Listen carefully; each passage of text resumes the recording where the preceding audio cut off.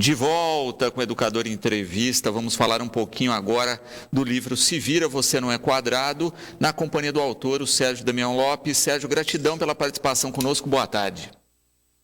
Boa tarde, Luciano, aos ouvintes da Rádio Educadora, é um prazer enorme participar e agradeço a oportunidade. Sérgio, como é que surgiu a ideia do livro? Bom, Luciano, eu sou profissional da área de embalagens, né? Atuei na área de produção, área comercial há mais de 40 anos. E o atendimento sempre foi um diferencial para mim, no meu ponto de vista, como um potencializador de negócio. E resolvi registrar, né, essa minha experiência, uma série de treinamentos que eu participei, e o tema tem a ver com uma fala que o meu pai utilizava muito, mas que no fim das contas virou um bordão para esse momento que o mundo está atravessando, que é se vira, você não é quadrado. E de fato, né, quando se pegou esse período de pandemia aí, nunca eu acho que o volume de pessoas desse tamanho teve que se virar, né, Sérgio? Com certeza. Eu falo sempre isso, né? Porque primeiro eu explico o porquê do tema e depois ele nunca teve tão adequado ao momento. Uhum. E de fato, né, a gente já vive num período de mudanças, né, com tecnologia, com ferramentas, etc. Mas a pandemia potencializou isso ao extremo. Com certeza. Eu acho que foi o pessoal chama de novo normal, foi um novo anormal. Porque do dia para a noite, cada um de nós, em cada uma das suas especialidades, na sua vida pessoal, teve que traçar de uma hora para outra um novo plano de ação e implementar. Uhum. E a gente percebe que é uma mudança que veio com um pacote de muita coisa para ficar, não é? Em todos os sentidos, sim, né, Luciano? Sim. No âmbito pessoal, no âmbito espiritual, no âmbito profissional. O aprendizado de sempre, só que eu acho que nesse momento ele nos fez potencializar, né? E aí vem a ideia do livro, focado aí no ramo corporativo, né, que é a tua área, mas que impacta de uma maneira geral as pessoas, né? Porque, na verdade, quando a gente fala de empreender no Brasil, é uma rotina, acho que de quase todo brasileiro. Com certeza, né? Eu digo que o atendimento está presente em todas as nossas ações diárias, não especificamente no meio corporativo, né? Eu estou aqui atendendo esse gentil convite da educadora, você atendendo os anseios aí dos teus ouvintes, e esse ciclo contínuo de atendimento foi o mote do livro inteiro. Perfeito. E atendimento é uma coisa que muitas vezes o brasileiro peca, né? A gente tem essa fama mundial de ser um povo muito acolhedor, etc. Mas até você entrar para ser atendido em muitos espaços. É lógico que tem espaços que são brilhantes, que fazem isso com maestria, mas ainda é uma carência grande do país. Com certeza. Eu digo que a gente vai do 8 ao 80, né? Quando eu estava para finalizar o livro, eu me inscrevi num treinamento na Disney, porque essa é a maior referência mundial em atendimento. Eu queria escrever um capítulo sobre isso. Então, sou parceiro do IBRC, que é o Instituto Ibero-Americano de Atendimento ao Cliente, que trabalha com o ranking da Exame. Então, também pontuei empresas que aprimoraram muito o atendimento nos últimos anos. Enfim, eu diria que tem bons exemplos, mas estamos longe da perfeição ainda, infelizmente. E pensando no foco do livro aí, né? Quais foram os pontos que mais te chamaram a atenção aí para o conteúdo, onde você focou mais, Sérgio? Bom, vamos lá. Eu digo assim, o atendimento, ele inicia com o conhecimento que você tem de você mesmo, né? Então, eu convido o leitor a uma reflexão primeiro sobre a sua pessoa, né, a sua condição emocional e espiritual frente à possibilidade de vir a fazer o atendimento. Agora, esse autoconhecimento não se limita às questões emocionais e espirituais, diz respeito à carreira, né? Então, funcionamento em torno dessa reflexão. A questão da carreira, principalmente, é a questão do conhecimento, né? Quantos cursos você fez no último ano, nos últimos meses, quantos idiomas você fala, né? Principalmente na pandemia, onde o EAD, vamos dizer assim, bombou, né? Então, hoje, as oportunidades de ensino à distância, eu sou um usuário de longa data, por questões da minha rotina com muitas viagens, Então, eu digo que foi uma oportunidade de evoluir o autoconhecimento nesses 3 sentidos. É óbvio, você tem que falar, quando você fala em atendimento, você fala em relacionamento, você fala em negociação, você fala em organização, você fala em times de sucesso. Então, eu basicamente fico em torno desses 6 pontos para desenvolver assim, a evolução e a potencialização do atendimento. Perfeito. E um exercício que eu acho que às vezes parece que as pessoas não fazem é o exercício de, olha, como é que eu gostaria de ser atendido, né? Será que eu atendo da maneira que eu gostaria de ser atendido? Com certeza. O primeiro dado que eu levo, que inicia inclusive o livro, é um ranking do Procon que informa que 68% dos clientes ou usuários de produtos, serviços, empresas, 68% deles, por mau atendimento, eles trocam de fornecedor, de empresa, de estabelecimento. Então, o atendimento ele é fundamental e ele é o grande causador de rompimento das relações, tanto no meio, principalmente no meio corporativo, mas óbvio que na área pessoal também, né? Uhum. E de fato a gente vê isso, né? Quando você coloca do 8 ao 80, né? Muitas vezes o sujeito peca pelo exagero também. Com certeza. Tem os 2 extremos, né? O pessoal fala assim, quando você entra no estabelecimento, cada pessoa tem um estilo, tem um jeito de ser. Você vende para cérebros diferentes. Uhum. Então, quem está atendendo tem que ter essa sensibilidade para aquela pessoa que gosta de ela mesma procurar, né, o que vai adquirir, ou perguntar ou não perguntar. Então, assim, informação é diferente de enforçação. Né? Então, tem pessoas que... Eu tenho estabelecimentos que eu juro, eu me sinto constrangido pela abordagem ostensiva. E ao contrário também, estabelecimentos ou serviços que você procura no afã de adquirir ou de utilizar, e por descaso você acaba não fechando ou mudando de opção, né?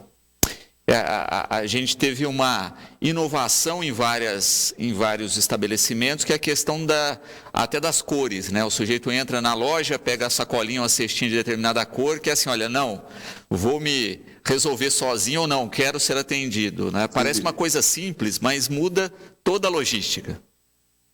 Você sabe que isso foi um case de sucesso. Eu acho que todo consumidor tem esse direito, né? De escolher a forma como ele quer ser atendido e se ele quer ser abordado ou não. Isso foi uma inovação muito importante. Pensando aí, né, na questão das palavras-chave que você coloca no livro, né, do conhecimento, entendimento e atendimento, não é? Muitas vezes as pessoas têm essa dificuldade do entender mesmo o processo, né, que não é só a questão do conhecimento. Fui lá, adquiri o conhecimento, mas entender o processo e entender muitas vezes que o processo não é do jeito que eu quero, eu tenho que me adequar a ele. Né? Você acredita que isso possa ser uma dificuldade aí também das pessoas terem resistência a se adequar às inovações? Não tenho dúvida disso, Luciano. Esse ciclo contínuo, esse círculo virtuoso que eu digo, ele é evolutivo, né? Então, quanto mais eu conheço, mais eu me entendo. Quanto mais eu entendo, melhor eu atendo. Mas, para isso, né, o ato de ouvir, principalmente, o ato de adquirir um certo discernimento em relação a tudo que você tem de informação, a tudo que você interpreta sobre uma série de questões do nosso dia a dia, são fundamentais para que a gente evolua o atendimento. Acho que existe um delta a ser corrigido na questão do entendimento, e hoje mesmo, principalmente a questão das redes sociais, fake news, tudo isso aí contribui para que o entendimento fique muito confuso. Sem dúvida. Também, né, pensando em cada setor específico, é a pergunta da Mariana aqui, né? A gente tem diferenças de atendimento para setores ou áreas diferentes? Tem adequações a serem feitas? Olha, de forma geral, eu diria que não. Toda pessoa que procura um serviço ou um produto, ele procura acolhimento, em primeiro lugar. Então, ser recebido por um sorriso Eu acho que é um padrão que poderia ser adotado por todos os setores. Em segundo lugar, você procura acolhimento, você procura uma pessoa, uma empresa que o acolha e que esclareça todas as suas dúvidas, que demonstre conhecimento, que demonstre autoridade. E, na sequência, que esteja disponível e seja proativo para atendê-lo. Então, dentro dessa linha, eu diria para você que você atinge um pequeno estabelecimento de negócios alimentícios, um escritório de advocacia, uma escola de idiomas, uma empresa de embalagens, como é o caso do Grupo Box Print que eu atuo. Óbvio, aí você vai entrar em detalhes talvez específicos quando você trata de aspectos técnicos, mas na abordagem inicial, eu diria que você tem um padrão de acolhimento que bate para todos os segmentos. Perfeito. E aí você toca num tema que eu acho importante, que o Rodrigo aqui também destaca, que é essa questão de todo segmento tem atendimento. Né? Muitas vezes alguns setores não se consideram com o foco no atendimento. Você citou aí, por exemplo, vamos citar um advogado ou uma clínica médica, etc. Né? O atendimento é um fator primordial, inclusive, para a fixação desse cliente. Não tenha dúvida, eu falei recentemente com um grupo da TV Justiça de Brasília, e a conversa girou nesse sentido, né? Como um escritório de advocacia também abordaria a questão do atendimento. Você sabe que o IBRC ele faz uma pesquisa, é interessante, e o ranking de 100, a média dos últimos anos de nota máxima 100, está em torno de 65 pontos. Isso é questionário, isso é ligação, isso é cliente oculto. E uma surpresa absurda, que os clientes com avaliação ruim, quando eles se autoavaliam, eles se dão notas muito boas. Então é sinal de que, além de não reconhecer que está atendendo mal, ele se considera como fazendo um grande atendimento. A Bruna, também nesse sentido, você considera a utilização muito de termos técnicos, etc., como também uma barreira? Vou seguir aí no exemplo jurídico, né? Muitas vezes o cliente não entendeu o que o advogado está falando, né? De não conseguir captar isso e isso também ser uma barreira de atendimento. Vamos responder para a Bruna, que tem uma colocação interessante, que é um neologismo que eu coloquei no livro. Fala assim, para todos nós, principalmente os jovens adentrando nas carreiras, saber um outro idioma, saber o inglês, o mandarim, o francês, é fundamental. Agora, o idioma mais importante que todos nós precisamos aprender é o idioma que o outro lado entende. Então, eu digo, precisamos nos tornar poliglotas corporativos. Você vai falar a linguagem que o seu cliente precisa, a linguagem que o seu cliente interno muitas vezes precisa, ou dentro do teu cliente você vai falar com a área de suprimentos, área de marketing, área de engenharia. Para cada uma desses setores, você que tem teu discernimento e mudar a sua tecla SAP para se fazer compreendido. Perfeito. E é isso muitas vezes, né? Às vezes a pessoa nem percebe que está tendo uma dificuldade de comunicação. Não, e a gente pensa sempre na Steve Jobs, né? O simples, ele é luxuoso, né? E o complexo, ele confunde, né? Então, em todos os setores, em todas as áreas, quando a gente simplifica, a gente evolui no trato do atendimento, no entendimento e principalmente na resolução dos problemas. Eu sou completamente contra a questão de excessivos termos técnicos. Eles são necessários, óbvio, quando você vai formalizar, de repente, principalmente um advogado, é um processo, né, um pedido de um determinado registro, contrato, enfim. Mas no dia a dia, a gente tem que abordar de forma mais simples para objetivar o entendimento e evoluir o atendimento. Também, né, quando se pensa nessa ação de modo geral do atendimento, você colocou um termo aqui que o Ricardo vê muito, né, aquela coisa de tentar empurrar produto, né, ou não ter o perfil de fato daquilo que o cliente quer. Isso não prejudica para o futuro, né? Muitas vezes não é melhor ser honesto, falar assim, olha, não tem o que você quer, não, isso não vai ficar bem para você, né? Não é uma maneira até mais eficiente de cativar do que tentar empurrar naquele momento o que você tem disponível? Com certeza, o Ricardo tem completa razão. Eu digo assim, quando você joga de forma transparente, quando você trata teu cliente com a verdade, com a franqueza, você vai fidelizar muito mais do que você usar uma estratégia de venda única, né? Eu acho que a venda perene é aquela onde você consegue atender com o que você tem, produto, serviço, ou até dizer, olha, eu não tenho esse produto ou serviço, mas vou ter daqui uma semana. Eu tomo medicamento de uso contínuo, vou dar um exemplo. Eu parei numa farmácia que foi quinta-feira, fui comprar, tem aquela coisa, você compra um medicamento, se você comprar 3, você tem um desconto do laboratório. Eu falei, então vou fechar contigo. Ele falou, o senhor me leva mal, só tem uma embalagem. Eu passaria aqui para pegar? Eu falei, claro, fiz, comprei, tive direito a um desconto relativo, mas essa forma transparente e tranquila, franqueza, objetividade, e sou contra a empurroterapia, tá? Vamos lá, vamos trabalhar com o que realmente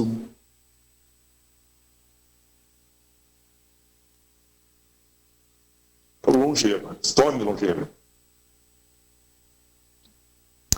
Perfeito. Nós estamos tendo um probleminha aqui de conexão com o Sérgio. Restabelecido. Sérgio, está me ouvindo bem? Estou ouvindo bem. Perfeito, né? Tivemos uma entrecortada aqui. Para adquirir o livro, Sérgio, né? Para as pessoas que tiverem... Eu estou te ouvindo bem, você não me ouve? Estou ouvindo, Sérgio. Para as pessoas que querem adquirir o livro, ele está no formato impresso, tem formato digital também. Como é que funciona esse contato para adquirir o livro? Bom, ele tem no formato impresso nas principais redes, principalmente a Amazon, né? Eu acho que hoje é uma grande referência, mas Livraria Cultura, Leitura, Livraria da Vila. Tem e-book também, você pode baixar pelo Kindle, tá? Quem quiser conhecer um pouco mais do meu trabalho no sergiodamião.com.br, também fique à vontade. Estou nas redes sociais, no LinkedIn, Sérgio Damião Oficial no Instagram. Inclusive no meu site, para quem quer adquirir mais de um exemplar, tem ali uma promoção da Literary Books, né? Que tem sido uma coisa interessante, que eu até divido contigo, Luciano, com os ouvintes. Algumas empresas têm comprado lotes de livros para trabalhos internos sobre atendimento. E aí eu tenho sido convidado até para avaliar alguns trabalhos, uma coisa que completamente diferente do que seria a abordagem de uma escritora, de um palestrante, mas que me enche de muita alegria poder participar disso aí. Perfeito. E fundamental, né? Como a gente coloca, conhecimento tem que ser compartilhado, e se o foco é empresas, né? Nada melhor que a empresa compartilhar com todos os seus colaboradores. Com certeza, com certeza. Então está à disposição, a Amazon e todas as outras livrarias de forma virtual estão à disposição, e espero que curtam, critiquem, vão às redes, né, divulguem, porque o escritor vive também dessa potencialização dos contatos nas redes sociais. Perfeito. E nesse campo aí, depois de fazer o contato com você, via teu site também, as empresas que se interessarem podem. Com certeza. Lá tem um campo onde eu tenho um blog que chama Pela Minha Lente, onde eu publico no Liquidi. Creio que já está dando quase um livro, né, que vão ser as pílulas dos últimos 2 anos pela minha lente. Então, falo do mundo corporativo, falo de relacionamento. Ontem eu soltei alguma coisa relativa à questão do inimigo que mora na gente, o 8 ou 80 na questão, principalmente da desistência da Simone Biles da participação na Olimpíada. Perfeito. Sérgio, gratidão pelo papo conosco, parabéns pelo livro, espero realmente que as pessoas se preocupem cada vez mais com esses temas, a gente percebe o quanto a gente ainda é deficitário nesses pontos, e estamos sempre aqui à disposição para falar desses e de outros assuntos. Luciano, agradeço aí a TV Educadora, estou à tua disposição.